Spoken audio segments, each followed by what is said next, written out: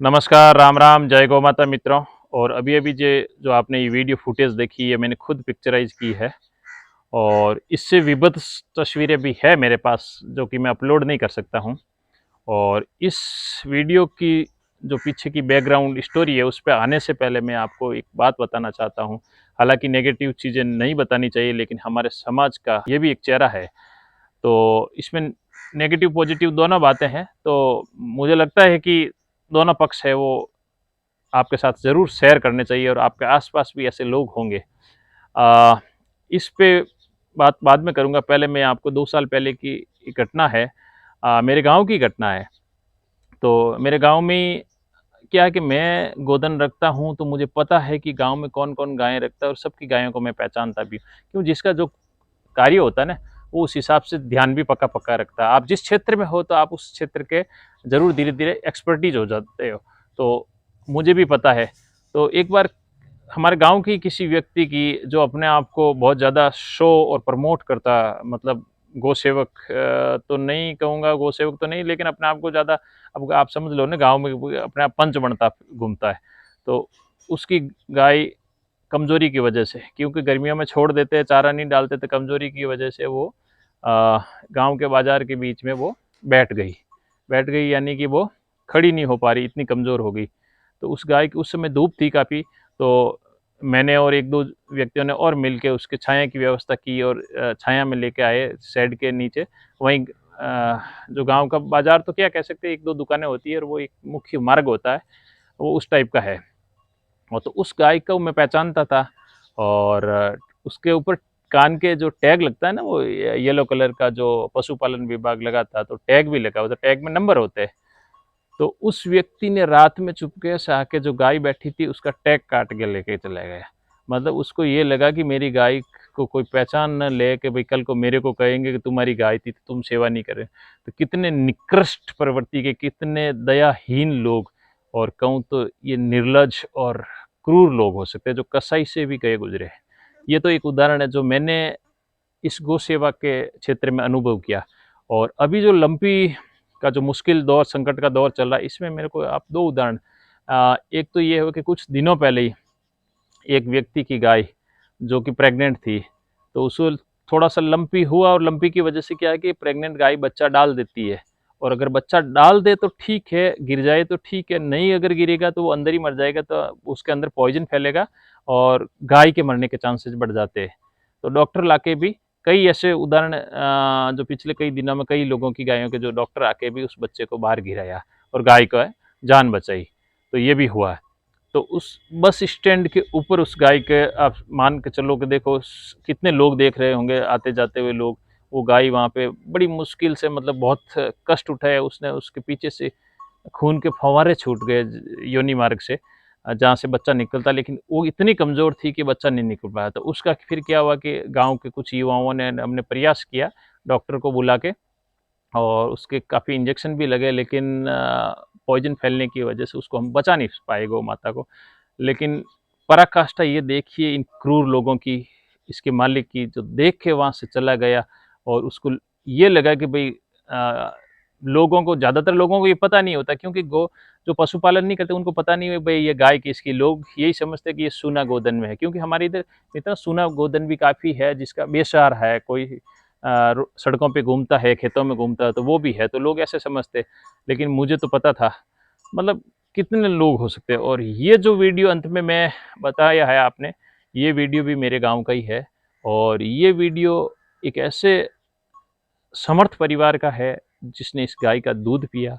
और जब इसका ये समय आया, इस गाय को हम रेस्क्यू करने का प्रयास किए, और अंत में थोड़े बहुत सफल भी हुए। लेकिन अब देखते हैं आगे इसकी जान बचती है कि नहीं बचती, इसका ट्रीटमेंट चालू है। लेकिन इस परिवार ने इस गाय की बिल्कुल भी ट्रीटमेंट नहीं करवाया, बड़े दुख से, क्योंकि हम क्लोज से देखते हैं इसको पिछले 10 दिनों से। इसकी हालत, क्योंकि एक दिन में ऐसी हालत ख़राब नहीं होती मित्रों, तो इसकी हालत बिगड़ती गई, बिगड़ती गई, बिगड़ती गई। और आप में से काफ़ी व्यूअर्स होंगे कि भई अब बिगड़ती गई तो फिर आप कहाँ थे, आपने क्या किया? बिल्कुल सही बात है आपकी। हमने काफ़ी हद तक देखा कि भई अब इसका इलाज कराएँ, अब इसका इलाज कराएँ। आखिर हमें क्योंकि क्या होता है मित्रों, गाँव में काफ़ी चीज़ें ये होती है कि लोगों से आप रिलेशन ख़राब नहीं कर सकते। कई बार ऐसे शर्म के मारे भी नहीं कह पाते कि कई चीज़ें कि यार वो कहीं बुरा ना मान जाए, लेकिन लास्ट में क्या होता है कि रिलेशन ख़राब करने पड़ते हैं और मुँह पे बोलना पड़ता है चीज़ें। और मुँह पे बोलने पे क्या है कि लोग इतना शत्रुता का भाव रखते हैं कि पूछो मत। हालाँकि मुझे भी ऐसा कहूँ तो एक्सपीरियंस से गुज़रना पड़ रहा है अभी भी। तो इस गौ माता को हम बचाने का प्रयास कर रहे हैं, इसका ट्रीटमेंट कर रहे हैं। तो ये हालत मतलब उस समर्थ परिवार ने ये सोचा कि हमें 1 रुपया भी इस पे खर्च नहीं करना है। यार कैसे लोग हैं यार, आप पैसे क्या अपने वहाँ पे अर्थी में साथ लेके जाओगे क्या पैसे? यहीं हैं, कागज़ की गड्डियाँ यहीं रह जाएगी। मतलब थोड़ा बहुत तो सोचो यार तुम, ये सोचते हो कि तुम कितने धार्मिक। और सबसे बड़ी बात बताऊँ मित्रों, अब ये अगर आप मुझे पूछोगे ना, तीनों उदाहरण, तीनों ही अब हमारी समाज के लोग थे, हिंदू थे।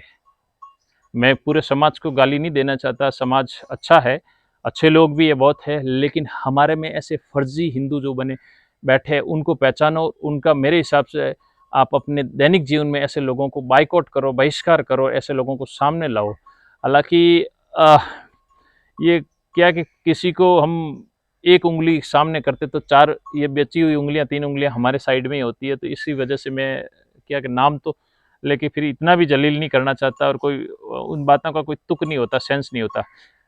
लेकिन इसके साथ ही एक पॉज़िटिव और अच्छी खबर ये है कि ये लंपी का दौर चलने की वजह से क्या है कि हमारे गाँव में पहली बार कुछ अच्छा काम हुआ। अच्छा काम ये हुआ कि हमारे गाँव में ऑलरेडी गौशाला तो है ही है। तो गौशाला में भी काफ़ी 400 साढ़े 400 गोधन है, और उनकी भी अपनी मजबूरियाँ हैं, काफ़ी सेवा हो रही है वहाँ पे भी। लेकिन उसके अलावा भी 100 से ऊपर हमारे पास हमारे गाँव में सूना गोधन है, जिसमें ज़्यादातर नर बछड़े ज़्यादा होते हैं। तो अभी लंपी से वो काफ़ी ग्रसित होने से क्या हुआ कि गाँव वाले ने जो युवा है, कुछ युवा ने कमेटी बना के, उसको ग्रुप बना के और जो कैंपेन चलाया, और काफ़ी पैसे भी इकट्ठे हुए, लगभग सवा डेढ़ लाख रुपए इकट्ठे हुए। इसमें बाहर के युवा जो हमारे गाँव के हैं और बाहर कहीं साउथ इंडिया वगैरह में रहते हैं, उनका भी काफ़ी सहयोग रहा, काफ़ी पैसे दिए। और सबसे पहले उन ऐसे पशुधन, ऐसे गोधन के लिए बाड़ा बनवाया तारबंदी करके, क्योंकि वो ज़्यादातर क्या है कि सड़कों के ऊपर बैठते हैं रात में मच्छर मक्खी से बचने के लिए। तो उसमें बाड़ा बनाया ताकि एक्सीडेंट से वो ख़त्म ना हो। एक्सीडेंट भी खूब होते हैं, और काफ़ी दवाएँ भी लाई और काफ़ी ट्रीटमेंट भी चालू किया, हम रेस्क्यू कर रहे हैं। तो ये भी हमारे गाँव का एक अच्छे लोगों का, और ये भी अच्छे सनातनियों का, अच्छे हिंदुओं का ये भी एक चेहरा है। तो हमें ज़रूरत है कि आज आप ऐसे लोगों का सपोर्ट करें, अच्छे लोग हैं जो वास्तव में कर रहे हैं, और आपके आस-पास भी ऐसे अगर लोग हो, तो उनका ज़रूर आप क्या करना है वो अपने स्तर पर निर्णय लें, बाइकआउट करें, बहिष्कार करें। क्योंकि मुझे याद आती है एक जो मूवी है, वो साउथ की जो मूवी काफ़ी बाहुबली जो मूवी है, उसमें एक सीन आता है जिसमें वो एक कोई अरब का जो व्यापारी होता है, फारस का, जो तलवार बेचने के लिए आता है, और कटप्पा उसकी तलवार को काट देता है, और उसकी बोलता है कि मेरी रफ्तार के सामने, आपकी हमारी रफ्तार के सामने ये तलवार टिकेगी नहीं।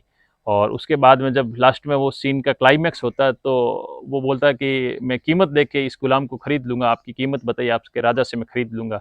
तो कटप्पा बोलता है कि इसकी कोई गुलाम की कोई कीमत नहीं है। हमारे पूर्वजों ने जो वचन दिया है वफ़ादारी का, वो हम निभा रहे हैं। तो उसने ये बात सुन के एक लाइन कही थी, वो लाइन काफ़ी टच कर गई मुझे, और आज भी उस लाइन को मैं हमेशा याद रखता हूँ कि वफ़ादारी का भी एक चेहरा होता है। तो उसी प्रकार क्रूरता और अच्छे लोगों का भी एक चेहरा होता है, जो मैंने पिछले काफ़ी समय से, अभी लंपिंग का संकट काल है, उसमें अनुभव किया है। तो आपके क्या विचार हैं मित्रों? ज़रूर कमेंट बॉक्स में कमेंट करें। नए व्यूअर्स से चैनल को सपोर्ट करें, सब्सक्राइब करें। धन्यवाद मित्रों। राम राम, जय गौ माता।